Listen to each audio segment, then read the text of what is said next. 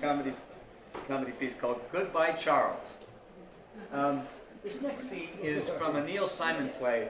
We all know Neil Simon for The Odd Couple, Barefoot in the Park. He wrote many classic comedies. This is one of them, but it's not quite as well known. It's called I Ought to Be in Pictures. And it's the story of a 16-year-old, no, 18-year-old girl, 19-year-old girl, who has looked up her father, whom she hasn't seen in 16 years. I Ought to Be in Pictures. So what are you doing? You just visiting? You're on vacation or something? Where are you staying? Last night I stayed at a hotel. Oh, that's crazy. I got plenty of room here. Why don't you stay with me while you're out here? I couldn't. I don't want to hear any back talk. It's impossible, no. All right, it's settled. Sure, thanks. So how long are you going to be out here? The rest of my life? What do you mean?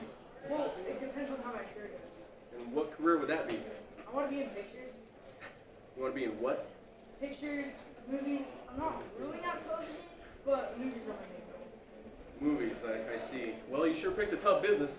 So did you, and you seem doing okay. What would you do? Act! Act. You want to be an actress in the movies. It takes a little something called talent, you know. I've got talent. I've got plenty of talent. Some people think I'm kind of a female Dustin Hoffman. What people? Robbie and Grandma. Where have you ever acted? Places. What places? Erasmus High School. And then Ryan and Steve Brody. Oh, what part did you play? Well, you see, I didn't really have a part. I was the understudy. Oh, to Gene Brody. No, to one of the girls in our class, Sandy. Sandy, I see. Did you ever get on? No, we only did 2 performances, and I took the lights. Oh, you were the lighting girl. Assistant lighting. I see. So you were the assistant lighting girl to the understudy to Sandy for 2 performances of the Prime of Miss Gene Brody at Aramis High School. What are you going to do when they ask you for a resume? What? A resume, a list of your credits? Well, I can read for them, can't I? And, by the way, if for any reason you would like to make a phone call on my behalf, not out of any sense of obligation, or guilt, or loyalty, but just because you see some potential in me, I'd appreciate it. Who taught you how to talk like that? Like what? Like coming around the corner, going up over the roof, down into the basement, and coming up through the sewer. You got something to say to me, just say it straight out. Okay, ordinarily, I wouldn't be caught dead asking you for a favor, but it so happens that you owe me. I what? You owe me.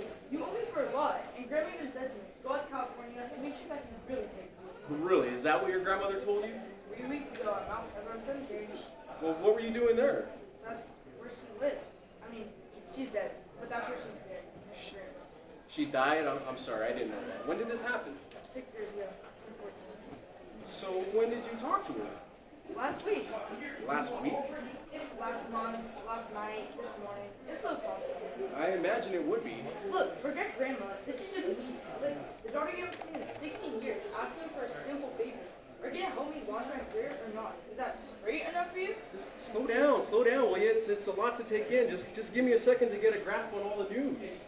Look, if you didn't want me to stay here, you could have just said so. I didn't come here looking for any handouts. Jesus, you are really something. Why don't you just take that chip off your shoulder, cool down, and have a seat? Would you please sit down? Please sit down! Now, can we maybe start this morning over from the beginning again? Like you just walked in the door? Can we maybe say hello to each other like average American people? Hello! Hello.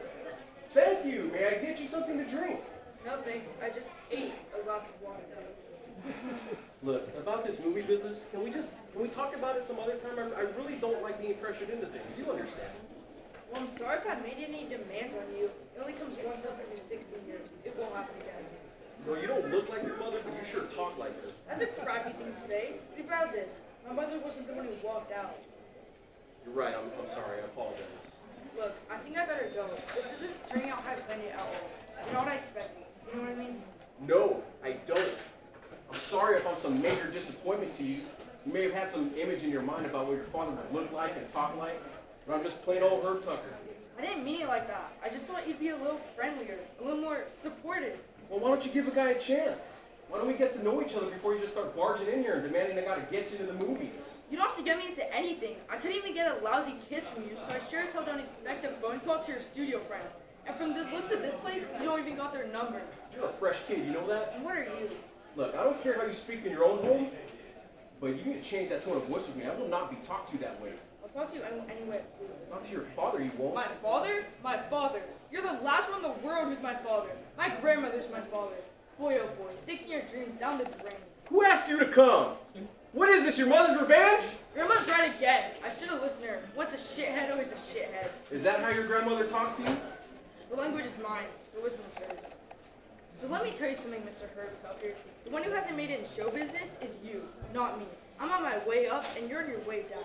And it's just possible that one day I may be standing up there getting my Grammy Award, or my Emmy Award, or my Oscar, whatever the hell they got up there. I'm gonna smile and say to the entire world, I want to thank everyone who helped me get this award. My mother, my grandmother, my brother Robbie, my friends, my fans, and everyone else except for my shithead father. And that about covers it. Hold on a minute. You listen to me just 1 minute. I never figured I had anything coming to me. I walked out on you, and that was my loss. If I had stayed in that house, it would have been a war zone. There would have been no survivors. You want to talk about guilt? About regrets? I got enough to fill in my garage. But those are my problems, and I'll deal with them in my own way. I never expected anything from you or your brother. Now, outside of this house, you can call me any damn thing you want to call me. But under this roof is my domain. And if you're going to speak to me, you show me some respect.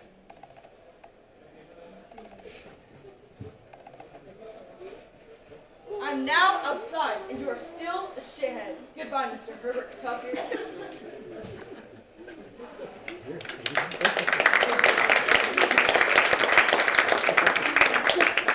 You see, you really are friends.